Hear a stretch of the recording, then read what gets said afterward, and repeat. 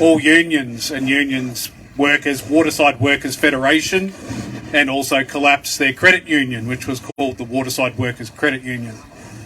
So you got to imagine I was a child, only 3 years old, and you've got the Australian Army in camouflage running through your family home, bashing your mother, bashing my little sister, bashing myself, dragging us into vehicles, you know, just making an absolute tyranny operation. Most of them are all from Sydney or Canberra, and the David John Hurley is now Governor-General of Australia. His Excellency General, the Honourable David John Hurley, was one of the main men involved. The long-term operation that see me held hostage as a teenager up to starting high school at Aspendale Technical School, which got closed down, was one of his right-hand men, is known as David Day. He was an Australian Army Commando from Royal Military College, Duntroon, again is where they studied. So he was hiding undercover as a vice principal of that high school. When I started high school, I'd been at Aspendale Primary School, where the earlier offences had taken place with the current Prime Minister, who was Scott Morrison. He was at the CSIRO Aspendale, which is called the Marine and Atmospheric Research Centre, is where he was working at the time. So David Day was the finish of the operation, bringing it up to a decade, 10 years. At the finish of that operation, they had created a new union, which were called the MUA of Australia, Maritime Union of Australia. So they completed their decade operation, said that unions are now fully under control, and started the rest of the tactical regime from Sydney, known as the Special Air Service Regiment, which come onto my dad's shipping ports in Melbourne, where they settled themselves on there by 1998 with no due cause whatsoever. They were asked, what are you doing here? So David Day still continued his operation with the Special Air Service Regiment to bring in what's called Patrick stevedores, who have been on our shipping ports now for decades. Everyone knows Patrick. So, you know, I was taken as a child to this mess. I had no maritime experience, no maritime knowledge. My father, if he was my father, Victor Frederick Allard, had been murdered on the 9th of February 1979. 2 months before I was born, he was shot dead in Fitzroy Street. But that was assassination actually planned by the House of Lords. So he was murdered directly and ordered by the House of Lords in England. Lord Wolf was his name, WOOLF, which happened to also be my treating doctor when I was only 5 months old, by coincidence, at Royal Children's Hospital, Melbourne. I put that up on Facebook on Plane Crash Investigations, which is my page, and I've added that medical document as evidence because that was Dr. Wolf, and he is a doctor. He returned to England. He is now Lord Wolf, who manages the Courts of Chancery. So this goes very in depth into what David Hurley was involved in, because the Courts of Chancery can control Australia quite easy for financial measures, British Petroleum, large entities and corporations. Why David Day was our vice principal at the high school, his son was also studying. So his son is also Australian Army, 3 generations of Army. Steve Day, which is head of security intelligence, and he became Major General of the Australian Army, now retired Major from Sydney. So his son was also studying at Royal Military College, Duntroon, ACT in 1991, 1992, as he was secretly climbing the ranks in the Australian Army. So his father, as I said, was an undercover operative of the Army to hold myself, my mother and my sister hostage, basically, in a civilian suburb. Since 1988, we moved into that Housing Commission home, and that wasn't by my mother's wishes. Peter Scully had smashed my mother's head open. Victoria Police concealed all the documents. Peter Scully's now in jail in the Philippines. He was a very serious offender, and he worked for the government. So he wasn't your ordinary type of, involved in child battery. These are military operatives that work outside Navy, Air Force and Army. So Scott Morrison makes it quite clear that he's part of the union busting regime, is what he makes it very clear of what his regime is, as even a current Prime Minister. So these are very serious offenders. Scott Morrison, I believe, was charged going on for 7 days of investigation at the time. The policeman, I believe, was Constable Clark, by memory, as a child. C-L-A-R-K-E, Clark. There was a Richardson from Mordialloc Police Station and Chelsea Police Station. So Scott Morrison, when he was charged, he wasn't present at Aspendale Primary School, and the police were at my primary school to interview teachers, other witnesses, other children before the document was finalised. So that's the complete charge document. So the current Prime Minister is a charged and wanted criminal. Serious charges. He was charged with bondage of a 9-year-old minor, attack on a 9-year-old minor, which was myself, with a knife, child exploitation, and other serious child exploitation offences. So, this was union busting operations.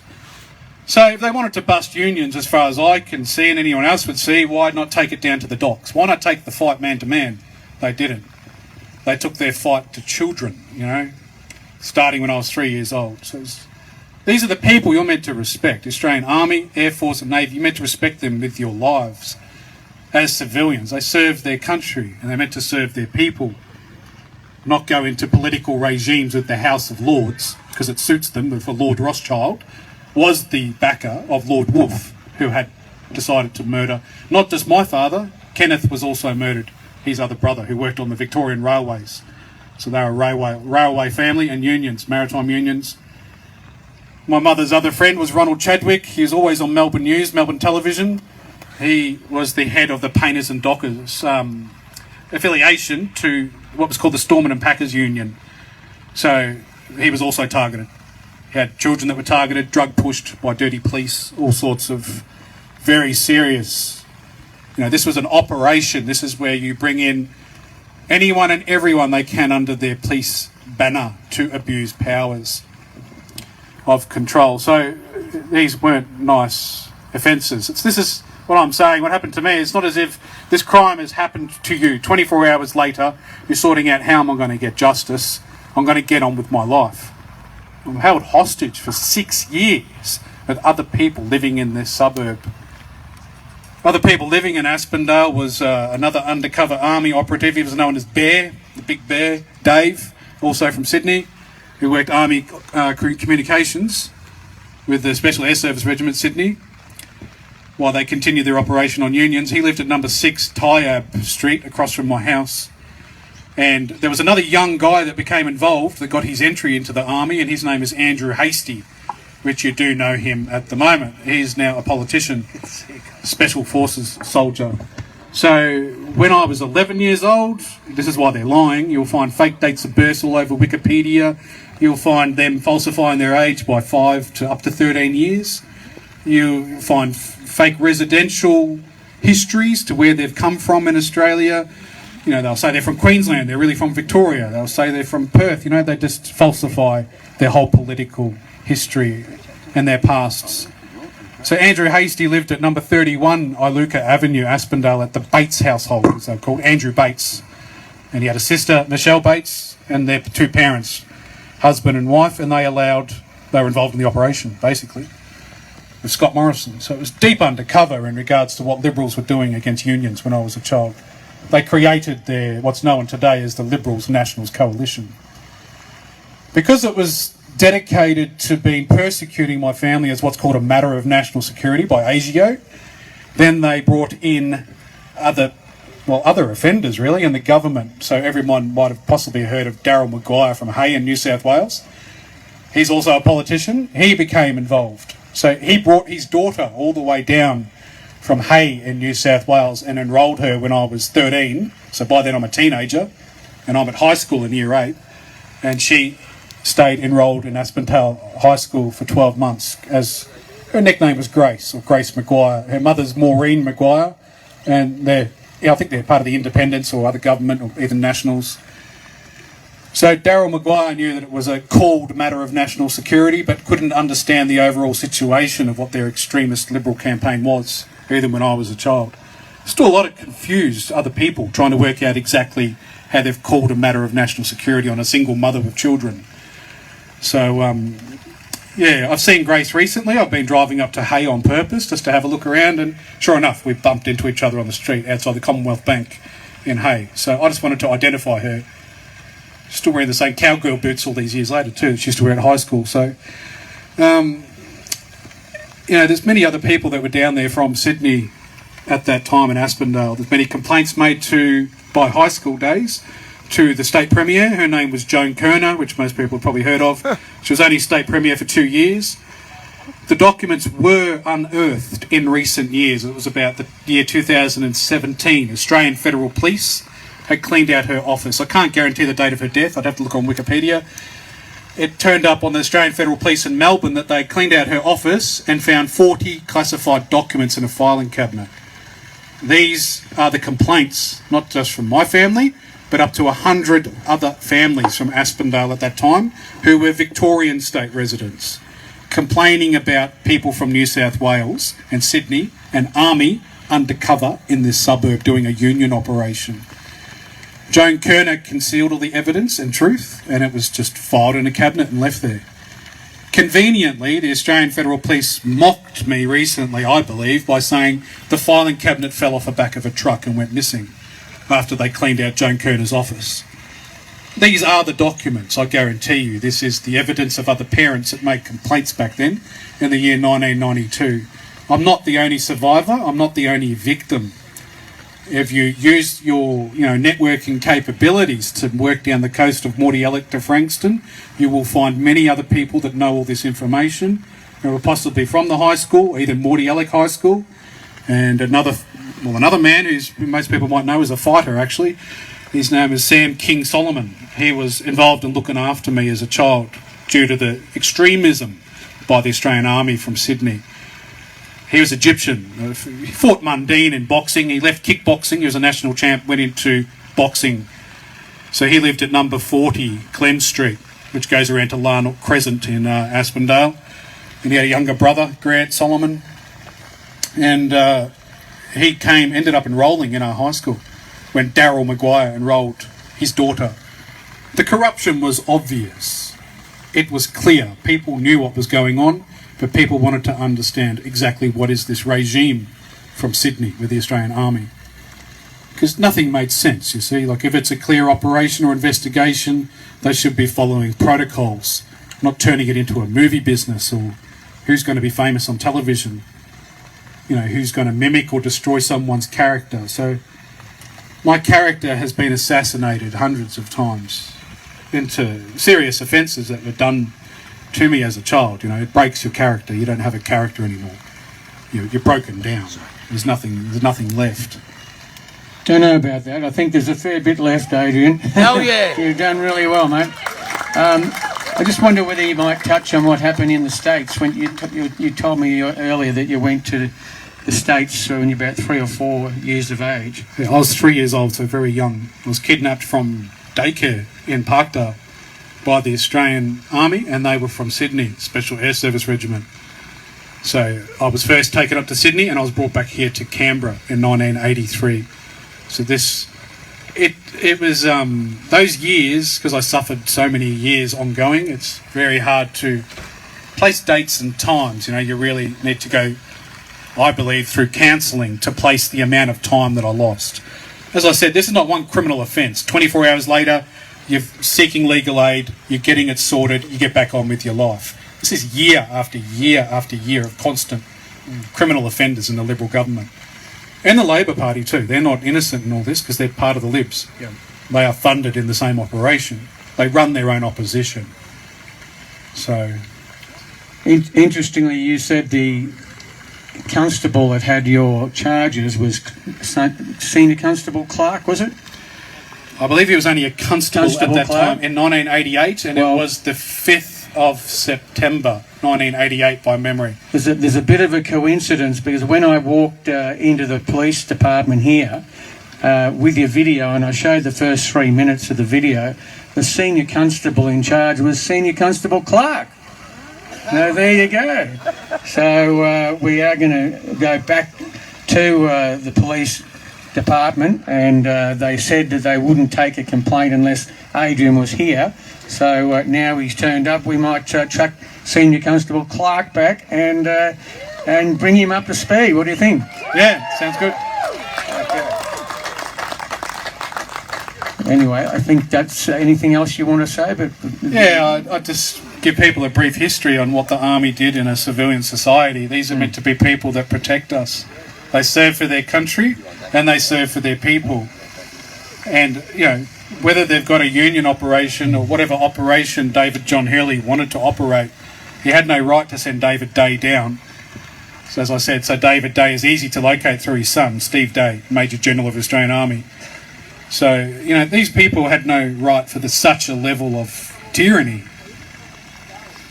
They've broken their very foundation that they're sworn to serve their country and protect and honour their people. How does it feel that I can't imagine being in your shoes and you've got Scott Morrison as the Prime Minister? I mean, how does it actually feel being in Canberra knowing that he's now the Prime Minister? I never thought I would reach this type of podium publicly, but I've slowly been gaining ground through Facebook. So it originally started in probably 2016 that I just started using information that I know about electronic warfare, cyber warfare, and other branches of the Special Air Service Regiment, which still access and abuse these centres that they have access to, which has been causing a lot of aviation disasters, as we've seen. Planes getting shot down, long distance frequencies all the way across the earth, conduction technologies.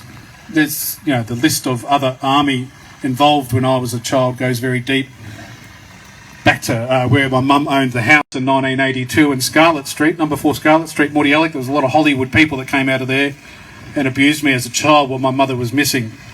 And they were a motorcycle club called the Satan's Soldiers Motorcycle Club. They were new in Australia, only about 3 years old. So they weren't directly affiliated to Satan's Soldiers New York or the Bronx. And they had a lot of names they went by when they were first starting up their motorcycle club in Mordialloc. At that time, Satan's Sinners. The Sinners, they had different patches, I remember as a kid. They were the Satan's Soldiers. They're now in movies in England, so you'll find them all over there working for the army undercover. They're in the Game of Thrones, they're in the Lord of the Rings. There are many British films, you'll find all those Australian bikies over there. With Tom Hiddleston's father, believe it or not. So Tom Hiddleston's father is a member of their 1%er motorcycle club. So, these people made it a long way through the corrupt army, straight into the Hollywood arena and celebrity world of British film, which everyone knows as Harvey Weinstein's British film connections. So they cover it up as, an affiliation connection. So this goes back to the story of how I was first trafficked to the United States of America in 1983 with David John Hurley, now Governor General of Australia, who took me there to Hollywood. So I was taken over to meet people in US Marine Corps, US Army, US Navy, as you'll find any US military personnel frequently in the US, such a large population of military personnel. So, they were bribed into the Australian regime, US military forces, to basically approve a matter of national security. It was very serious, the offences that were done when I was a child. So the other Vietnam War veteran lived on the corner, 246 Lower Dandenong Road, Mordialloc, straight across from Moorabbin Airport. And there's many planes that have crashed there, and that's the DARPA weapon is what it's called. It's from the Pentagon, and it's from the United States Navy. It's a dangerous weapon. It's in the hands of the Australian military forces. His name was James Raymond Burke, service personnel number 18,252. He'd done 2 tours in the Vietnam War. And my mother had just bought the house in 1982 at number 4 Scarlett Street when I went missing within just over 6 months. My mum had just bought the house and bang, I bashed by army, commandos, Vietnam War veterans. My mother was just dragged out of the house. They were all seemed to be in together with the Satan's Soldiers. Just became a complete sort of mockery of democracy. They were going into an immunity system for people to wander around in banking cartels around the world. So I was friends of James Raymond Burke's kids. Anthony Burke is his name. He also joined the Australian Army. He's got pretty cocoa colour skin. And he had a sister, Sarah Burke. So I knew them pretty well as kids. We used to play on the street. But there was other 3 culprits that came down at that time, and that is the real Andrew Hastie. So this is how sick this government really is. There's the Andrew Hastie is a current politician, and there's an Andrew Hastie that is just a soldier, which I have photos of on Google. I know who it is and I can identify him. So they play this game, in between a decade of youth, so you can't locate me. So the other Army soldier, James Raymond Burke, was originally from Queensland. I think he's from Ayr in Queensland. And there was another young soldier when I was a child who got involved in the operation. His name is Gay Army Major Pat O'Neill. He ran with Kevin Rudd to become Member of Parliament for Brisbane. So he was in next door when I was a child, and I'm growing up as a child, having my neighbours telling me I'm under investigation as IRA in a matter of national security. Why my mother's missing, held hostage in my own family home, while the neighbours even vacated their house to allow these 3 young army soldiers to live there, saying we were under investigation. It was just absolute abuses of power. So the main tyrant was from Cerberus. He's not really from Cerberus, he's from Sydney. And his name is Mark Martin Holzberger. He's now retired out of the Royal Australian Navy. And he was the one who threw me in front of a motor vehicle as a child, straight on Lower Dandenong Road. I was just grabbed me off my BMX. He was wearing Cerberus uniform, and he wasn't from there. Wasn't even from their Navy. He just picked me up and just threw me straight onto Lower Dandenong Road. 4.5 years old, straight into a car, doing 60 kilometres an hour. So I ended up in the Royal Children's Hospital. Police attended the scene. They covered it up. The policeman's name was Constable Kuhanez. Kuhanez, I think, Kuhanez. He's now the Sergeant of Moorabbin Police Station. So he covered up everything. This is all Victoria Police will do, is fascism. Fascism, fascism. They build on you. They build police documents on you. So they're not about serving justice. They're about building on you. Building human slavery is their motto. Incredible. So it's a very hard thing to fight against. I just can't walk into a Victoria Police Station and expect justice. You're not going to get it. Yeah. Well, it's astounding some of the detail you've gone into, and your recollection of names and memories, it's to your credit. But it's a horrific life you've lived. We're indebted for you to be here today. I know you've taken a security risk coming to Canberra. Every day is a security risk for you. And I think everyone here is excited that you're here. You're representing a lot of other people who've been in the same position, perhaps not as extreme as yours, but we wish you well, and let's hope the rest of this trip goes well. And thank you so much for making the effort. Thank you, Peter Little, for your time. Good on you, legend. All right, so we're going to get Adrian back up in a minute, but I just think that you guys have probably got a head that's just spinning at the moment, because we were sitting up till, about 1:30 or 2 o'clock last night. It would have been close to 2, I think, Adrian, before we got to bed. And, man, I could have sat, if we didn't have this do on here today, I could have sat there with him till 6 o'clock this morning, people.